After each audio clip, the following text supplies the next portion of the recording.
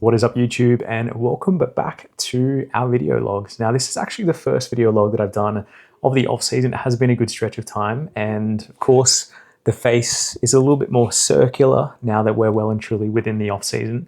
But I wanted to, I guess, keep these videos rolling because, you know, one thing for me is that I do recluse back into the off season typically, and I think it's important to document the process, not only the contest prep phases, but also, you know, the off season as well.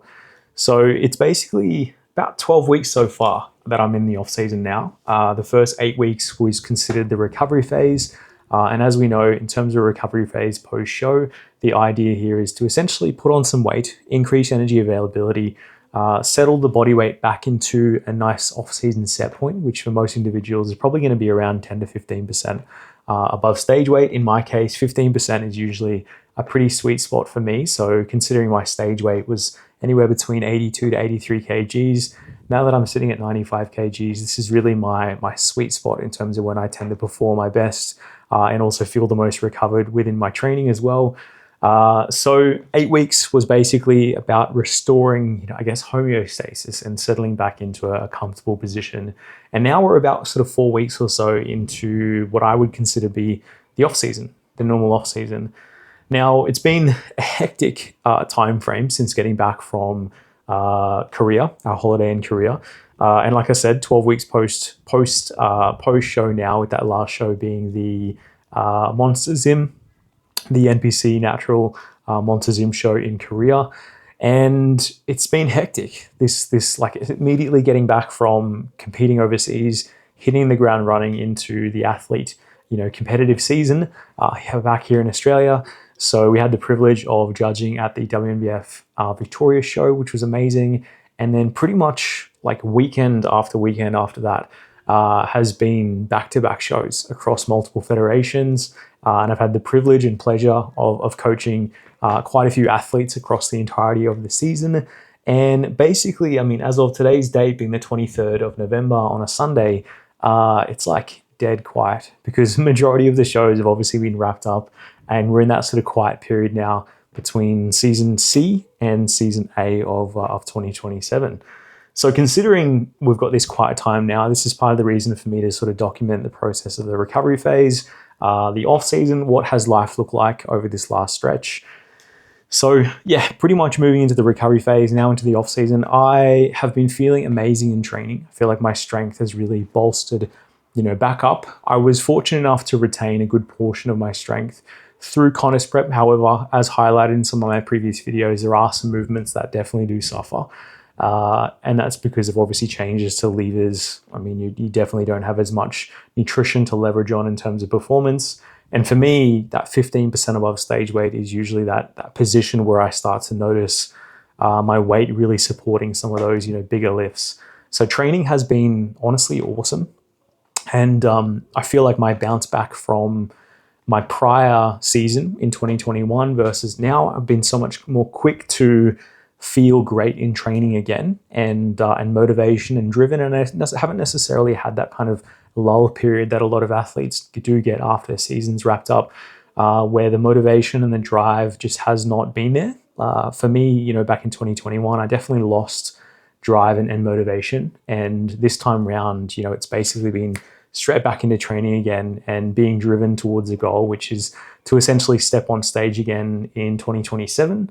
So definitely not as much of a gap between seasons this time round in comparison to my last, where it was, you know, 2021 break all the way up to 2025, going again in 2027. So don't really have a lot of time, you know, to make progress within this time frame. In fact, if I have a look at my sort of dashboard here, you know, basically, well, I guess from November, we've got just over a year, basically, like a year and month and a bit, basically, until, you know, we're getting back into prep again. So between now and then, it's maximizing time spent in the surplus whilst maintaining a very respectable, you know, body composition, whereby I'm only really a mini cut or so away from a contest prep start. And for me, starting a contest prep at around 15% above stage weight is usually a pretty sweet spot. That's kind of where I started for the last contest prep. So I'm pretty much where I am right now, the body composition that I was at when I started my prep in early Jan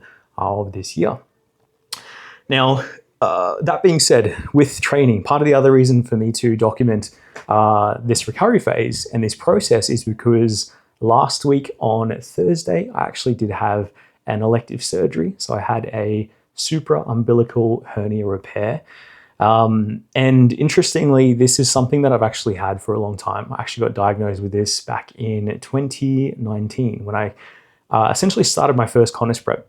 Didn't have any symptoms associated with it, but I got lean when I was going through the dieting process and saw this bump just above my belly button and touched it, prodded it, realized that it was essentially a hernia.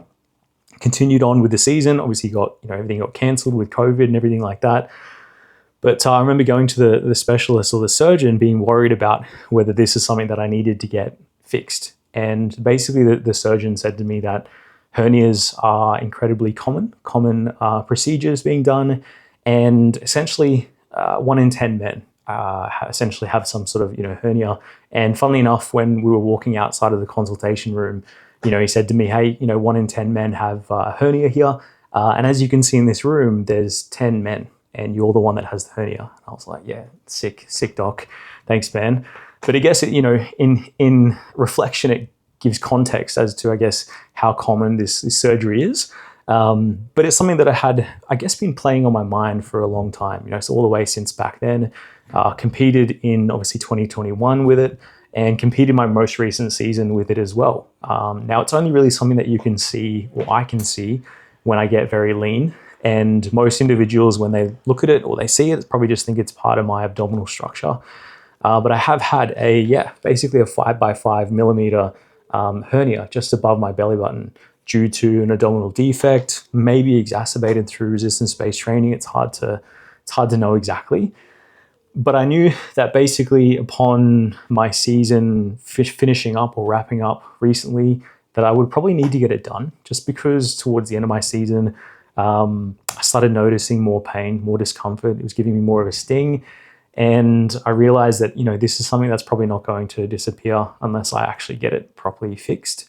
And it doesn't just go away, by itself. So I think it was also maybe even having some effect on my abdominal control at some of my shows as well, because the discomfort that it was giving me was definitely giving me a bit more of a sting, to the point where it was like, this just needs to get fixed.